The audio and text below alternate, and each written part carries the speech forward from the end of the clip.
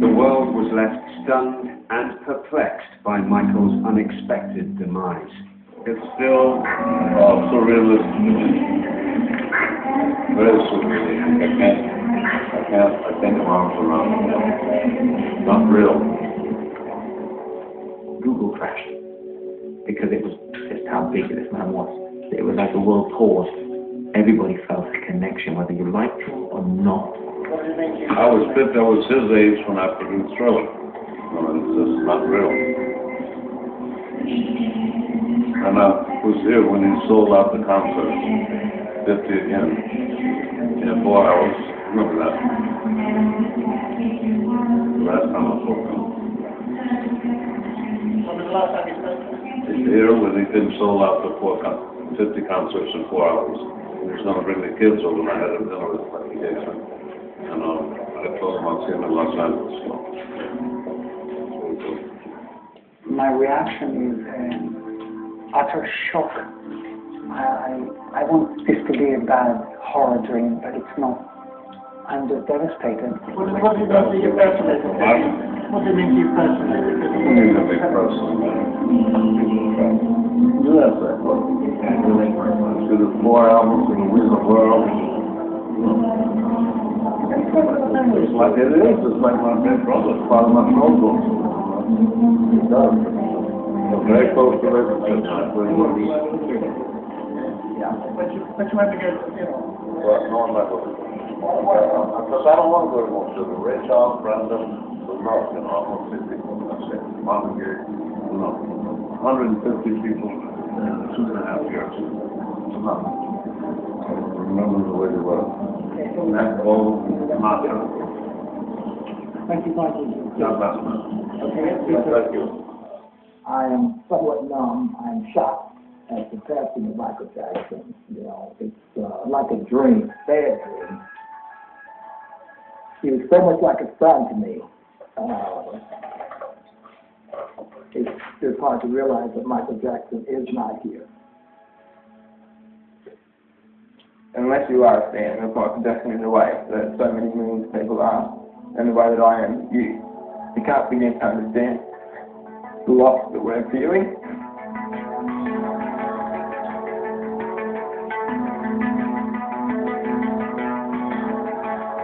Just shocked, really.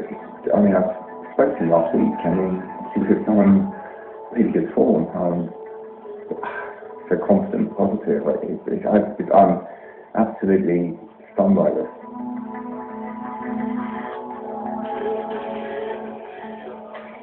Ever since I was born, Daddy has been the best father you could ever imagine.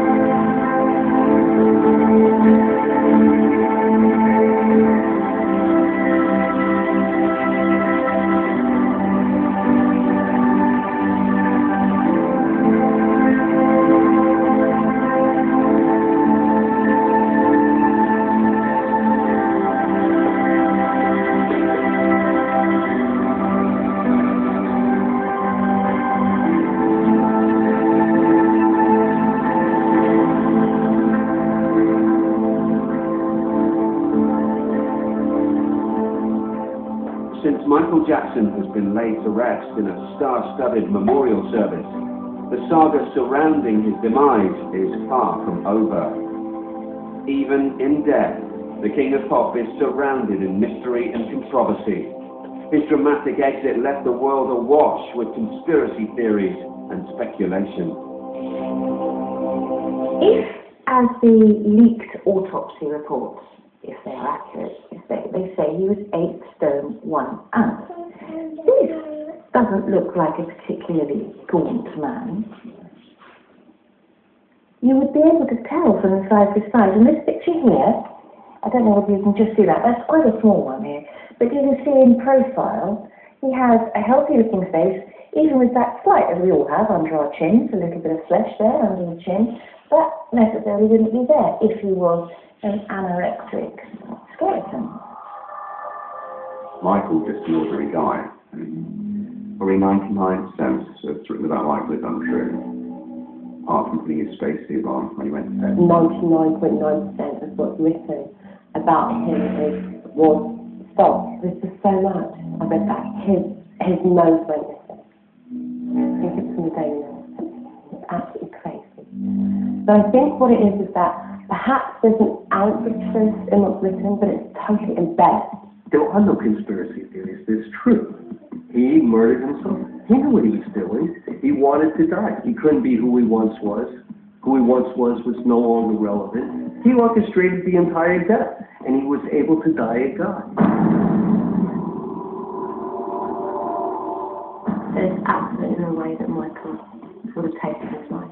No way. I can bet my life on that, no way. He had so much going for him. He wouldn't have done it, A, for his children, which meant everything to him. There's no question that Michael would ever have killed himself. They said that Michael Jackson faked his death. Why fake his death when you can create your world? To say that Michael faked his own death is absolutely ridiculous. I wish it were true, because he'd still be here.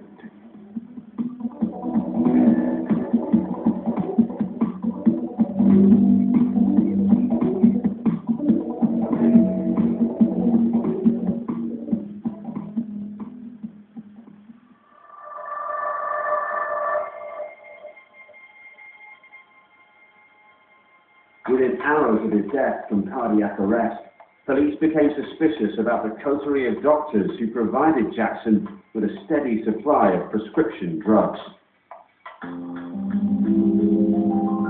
Dr. Conrad Murray didn't intend to kill Michael Jackson, yet he was so reckless or grossly negligent in administering those drugs that it does constitute manslaughter. They're talking about manslaughter.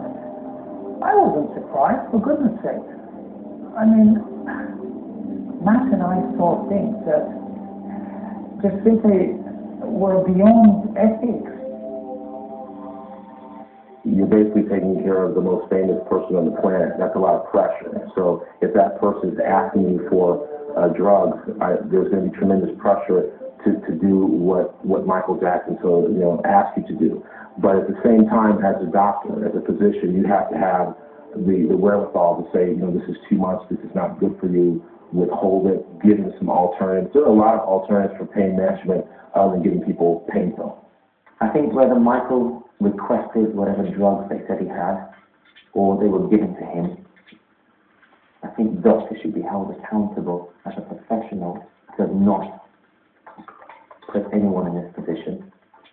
I never saw Michael take even an aspirin when he was with me. I was absolutely horrified when I found out the circumstances of his death, which became clear in the news. When I was with him and our families were together, he was always bright, alert, and there was never any question of him being on anything. The first time that it was actually brought to my attention was in March 2009, when I was at the Lansdowne Hotel, and he requested that I get hold of some medication for him through my family contact, because I've got 6 members of my family in the medical field. So I have an aunt who's an anesthesiologist who could give Vicodin. My mum's a pain management nurse, get hold of any painkillers. My brother's a dentist and specialises in pain management again. And then my cousin's a pharmacist. So these are really key people that could